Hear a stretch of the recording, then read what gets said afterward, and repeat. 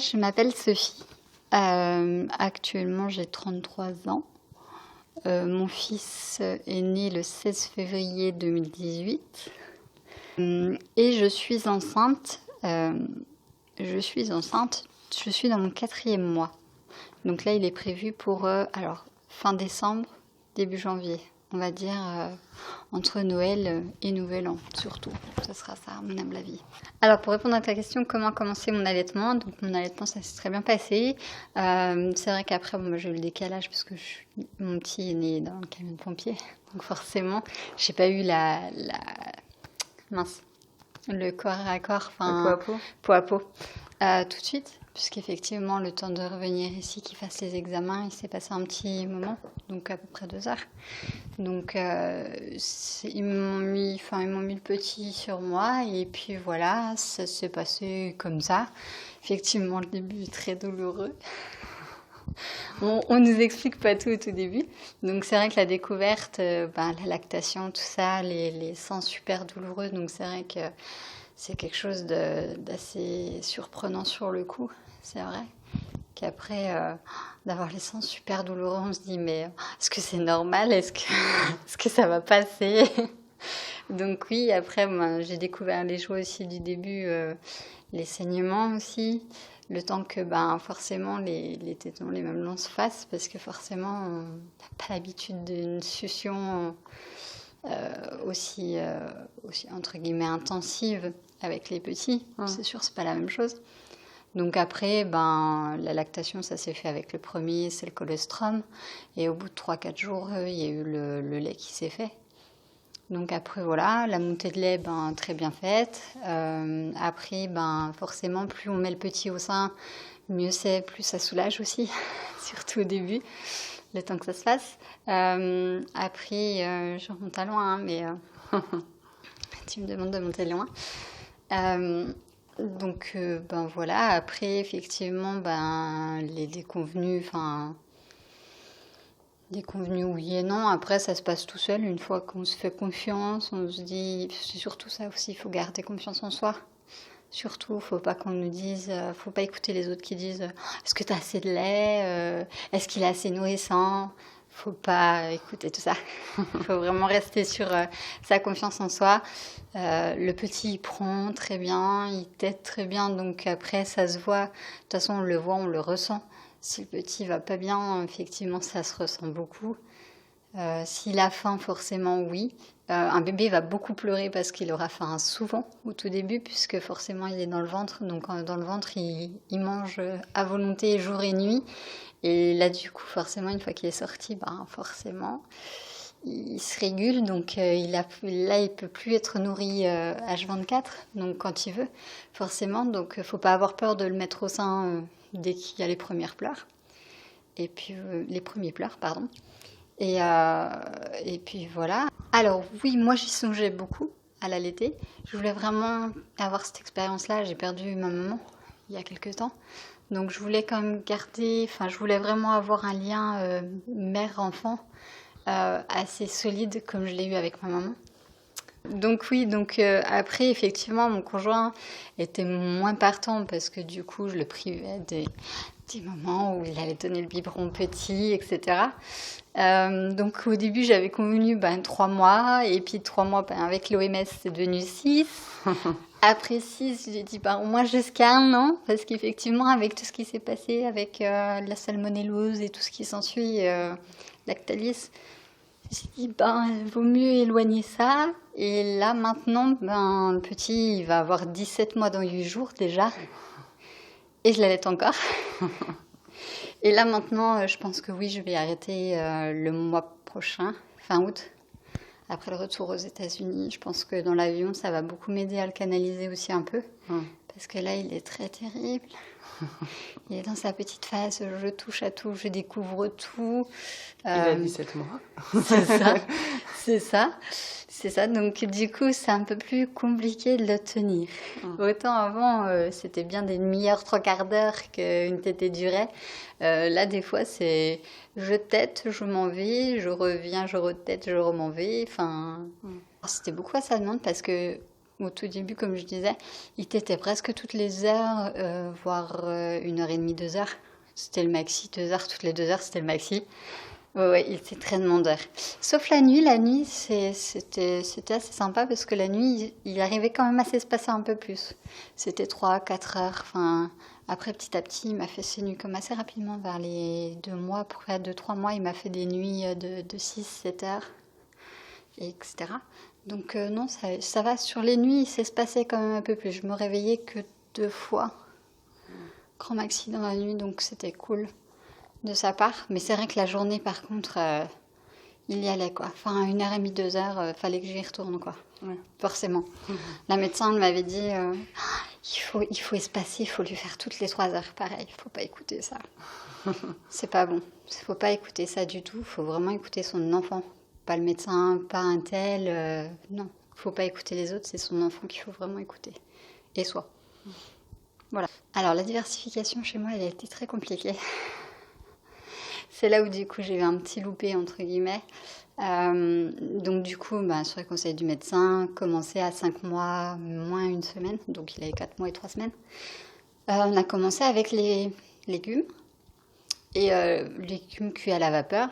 Le petit a tellement adoré que du coup on lui donnait plus de légumes et moins d'allaitement. En fait, j'ai fait passer l'allaitement au second plan, ce qu'il faut vraiment surtout pas faire parce que du coup mon fils a perdu du poids, vraiment.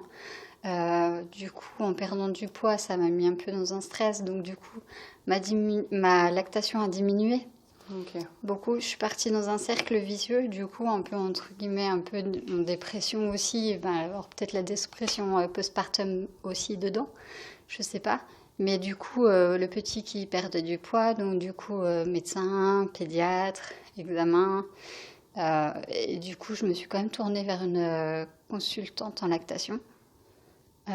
Qui m'a beaucoup aidée. Sophie a été vraiment géniale, vraiment beaucoup. Elle m'a vraiment beaucoup aidée et du coup, d'ailleurs, elle a même bu avec mon conjoint. Donc du coup, lui aussi, ça l'a réconforté et du coup, ça a pu se réenclencher en fait, tout ça. Donc du coup, on a refait passer l'allaitement en premier avant la diversification. Okay. Donc comme on était dans le plan de reprendre du poids, donc vers ces 5-6 mois, on a fait allaitement, manger et re-allaitement. C'était vraiment, du coup, on blindait le petit, le pauvre, il avait le bidon tout dur. Mais c'était effectivement pour repasser le lait, parce que c'est le lait qui a tous les nutriments. C'est pas des légumes cuits à l'eau qui peuvent lui apporter les protéines qu'on lui donne pas encore tout de suite avant les 6 mois. Enfin, toutes ces choses-là, les féculents, c'est pareil, on les donne pas avant 6 mois normalement. Donc du coup, toutes ces choses-là, elles sont apportées dans notre lait maternel. Donc surtout, vraiment, c'est toujours le lait en première ligne. Même avec la diversification. C'est vrai que la diversification, elle n'est pas très communiquée. Ouais, non. Pas très communiquée et c'est très compliqué de s'y retrouver, surtout quand on est perdu, un premier enfant et tout ça, c'est très complexe, vraiment. Donc du coup, ouais, l'allaitement, c'est vraiment la chose à prioriser. De toute façon, l'OMS le dit en plus clairement. L'allaitement exclusif jusqu'à 6 mois, c'est ce qu'il faut vraiment. La diversification, effectivement, il faut le faire passer. Mais après l'allaitement, on allaite toujours son enfant en premier et après on lui donne, effectivement, pour lui faire goûter, lui faire aimer les fruits. Les fruits et les légumes, d'ailleurs. Alors, ma famille globale... Alors, on va commencer déjà par mon cercle plus rapproché, donc mon conjoint. Et mon conjoint était un peu contre l'allaitement parce qu'effectivement, lui, il avait déjà des enfants. C'était lait artificiel. Tac, il fait sa nuit. Au bout de 15 jours, 3 semaines, forcément, ça aide. Lui, il voulait vraiment ça. Il voulait aussi, pareil, donner le biberon. Certes, avec l'allaitement, on donne moins le biberon. C'est sûr, en plus avec la crainte de ne pas avoir assez de lait, etc.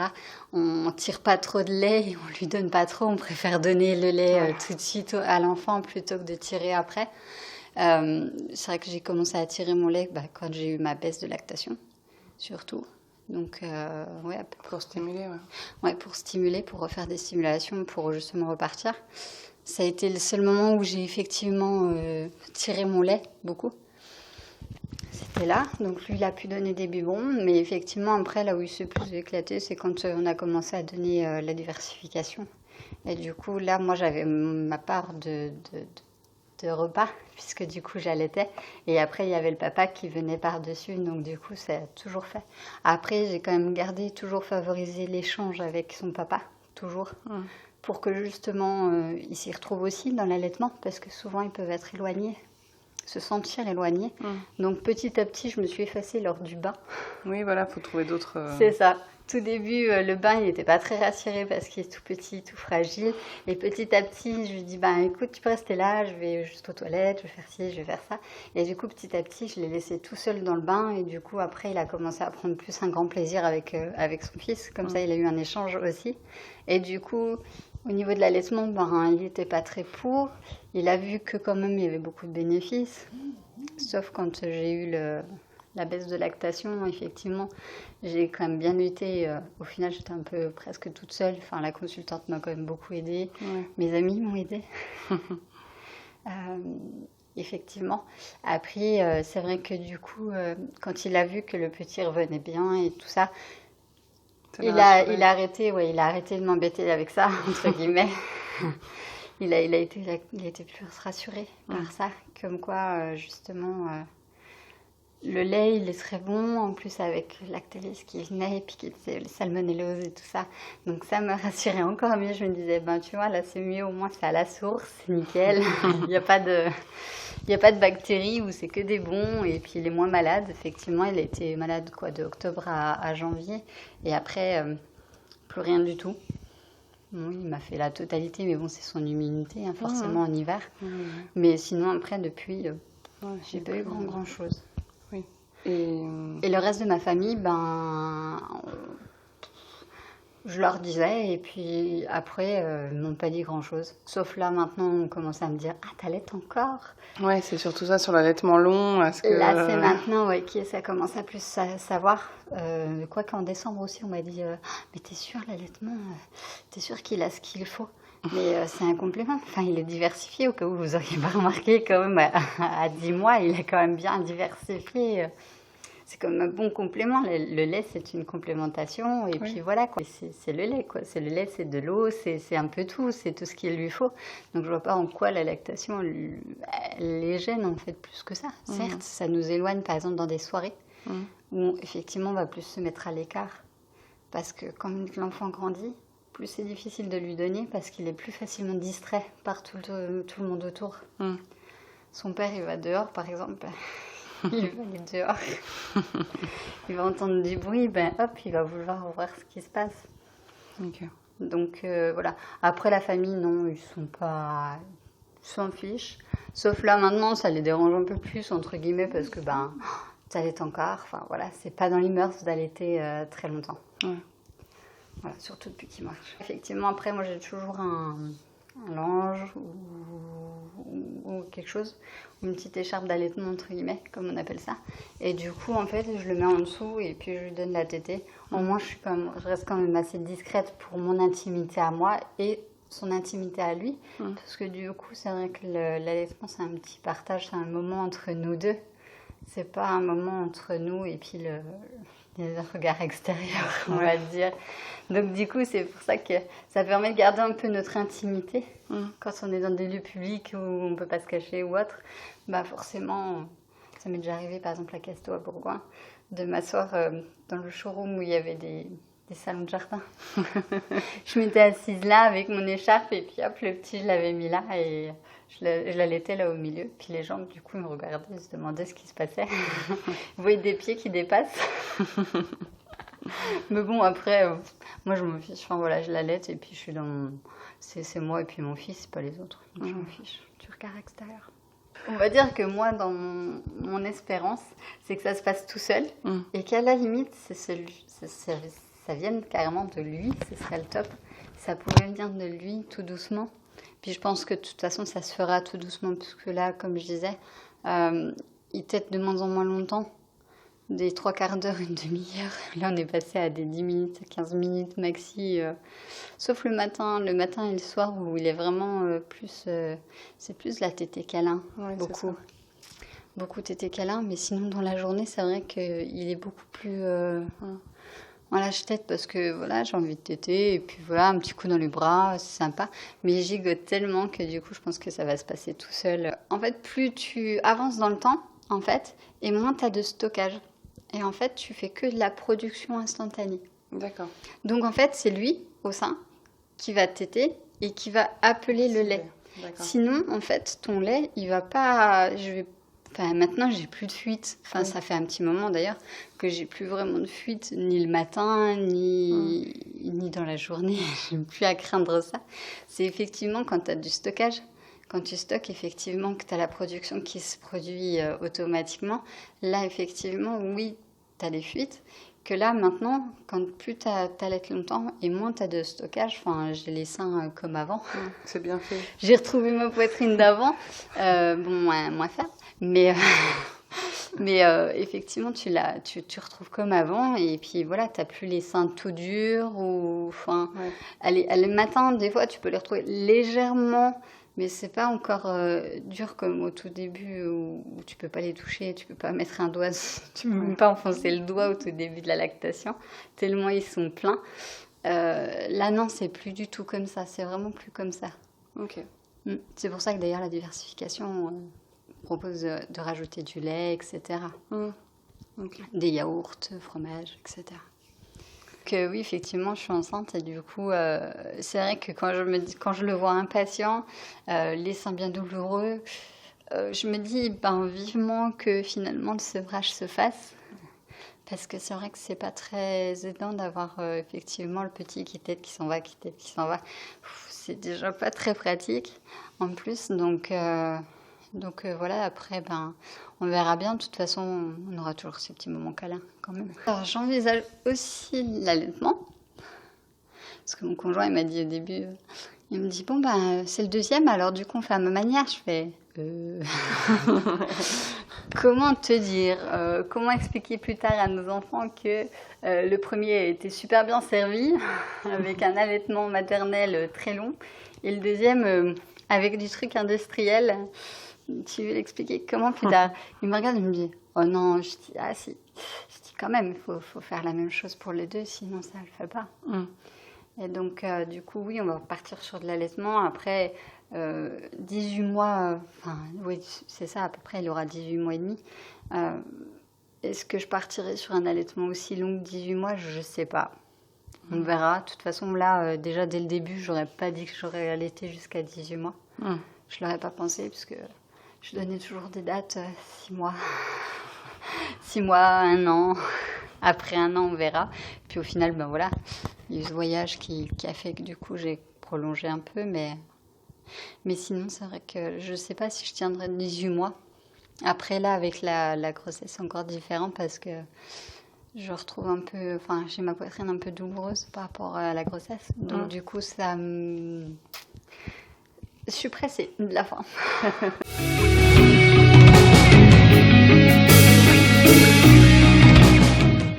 On a décidé de parler de l'allaitement long, un vaste sujet. Déjà, savoir comment on peut définir l'allaitement long. Alors, Hélène me suggérait de me dire est-ce que c'est après la définition de l'OMS, après 24 mois.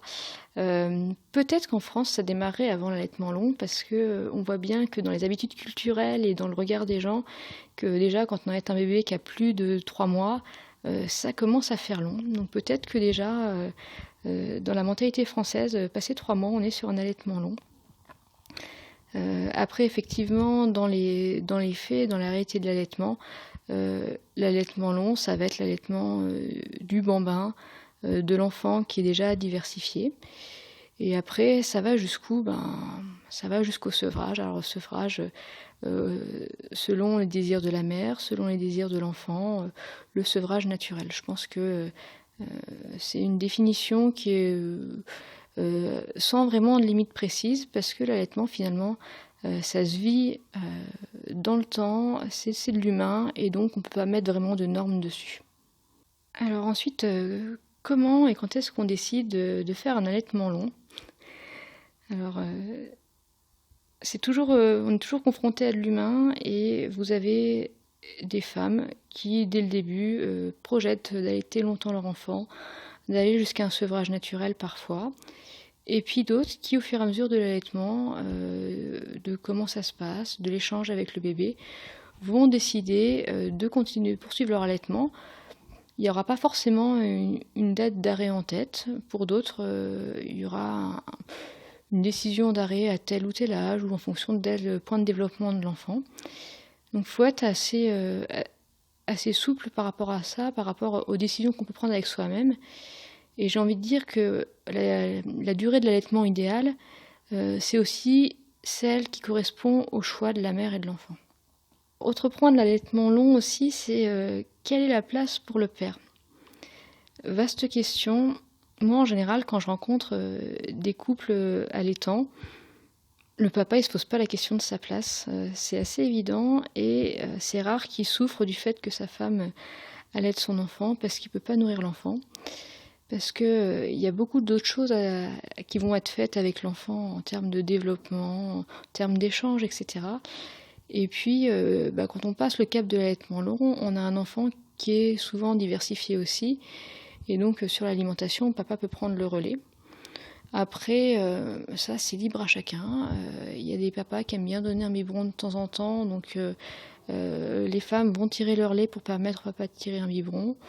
Il y a d'autres couples pour lesquels la question ne se pose pas du tout et le papa va prendre d'autres moments avec le bébé, faire d'autres choses qui permettent à la maman de maintenir son projet d'allaitement long. Et puis bien souvent dans ces cas-là, c'est un vrai projet de couple en fait, et donc les décisions se font au fil du temps naturellement. Alors sur la question de savoir comment maintenir un allaitement long, il y a peut-être plusieurs précautions à prendre. Déjà au niveau de la fatigue de la mère, souvent on entend t'allaites longtemps, tu vas être fatiguée. Oui, certainement, mais il y a beaucoup de jeunes mamans, même non allaitantes, qui sont fatiguées. Donc ça, c'est un argument qui vaut ce qu'il vaut. Mais voilà. Une des principales choses pour tenir dans la durée, c'est quand même de savoir se reposer. Ça, c'est un premier point. Et ensuite, quand on va arriver à la diversification, commencer à introduire des aliments, c'est de bien avoir en tête que l'alimentation principale, ça reste le lait. Et le lait maternel dans le cas de l'allaitement long. Et donc, du coup, par exemple, on va commencer par donner la tétée, puis ensuite laisser l'enfant découvrir les aliments. Ça, c'est essentiel pour maintenir l'allaitement, que ça soit toujours prioritaire. L'OMS nous dit bien que le lait est l'aliment de l'enfant jusqu'à 2 ans prioritaire. Et donc, si on veut poursuivre l'allaitement long, il faut d'abord que l'enfant tète, qu'il vienne stimuler le sein, et qu'après, il vienne prendre en complément ce qu'il y a dans d'autres nutriments. Alors, comment on fait face aux remarques face aux allaitements longs tu allaites toujours, jusqu'à quand tu vas l'allaiter ? Ça, c'est compliqué comme question, ça dépend un peu de la personnalité de chacune. Il y en a qui vont se sentir pousser des ailes de combattante et qui vont avoir des réponses des fois un peu cinglantes, comme non, je prévois de l'arrêter, peut-être qu'à 18 ans il arrêtera s'il a envie, etc. Pourquoi pas, si vous sentez de répondre comme ça. Il y en a d'autres qui vont maintenir l'allaitement long, mais qui vont plutôt allaiter à la maison et puis à l'extérieur. Voilà. Après, moi, je reprends facilement les arguments de l'OMS, en fait, sur le plan médical, déjà, qui stipule que l'allaitement doit être maintenu jusqu'aux 2 ans de l'enfant. Ça repose sur des bases scientifiques, donc déjà, c'est un argument qui parle quand même à pas mal de monde et qui fait réfléchir. Ensuite, je pense qu'en fonction du projet de chacune, vous trouverez les forces, en fait, pour savoir quoi répondre. Sur la question des bénéfices d'un allaitement long, on peut entendre des arguments sur tout le côté sécure de l'enfant. Je vais être réservée sur la question dans le sens où le côté sécure, ça dépend aussi du maternage qu'on a avec son enfant, de ce qu'on construit. Et ça se met peut-être en place avant l'allaitement long. Voilà. Et puis on peut être un couple, une maman, un papa très maternant, avec un allaitement qui n'a pas pu durer aussi longtemps et c'est pas forcément dérangeant. Après, il y a aussi l'opposé, le regard de certains qui vont vous dire ah là, mais maintenir un allaitement si long, c'est incestueux. Et là-dessus, c'est pareil. Si chacun y trouve son compte et qu'il y a un équilibre et que la fonction du sein est nutritive et que ça permet à chacun d'avancer, il n'y a pas de notion d'inceste à mettre derrière, quoi. Faut être assez rassuré par rapport à ça.